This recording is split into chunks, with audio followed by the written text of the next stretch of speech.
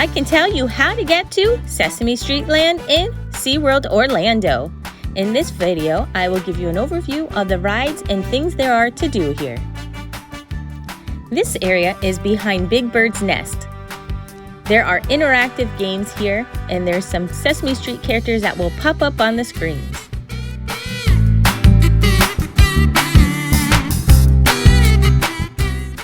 Mr. Hooper's is actually a store inside. Be sure to get your Sesame Street merchandise. Big Bird does a story time here. There are about 8 different rides in Sesame Street Land. You can check the SeaWorld app for height requirements and to see which rides are operating.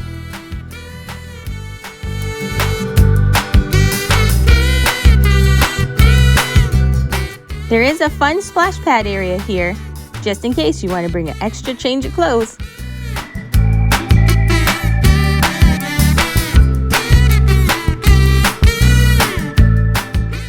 Sometimes for shortest wait times, you can go towards the end of the day, close to when the park is about to close.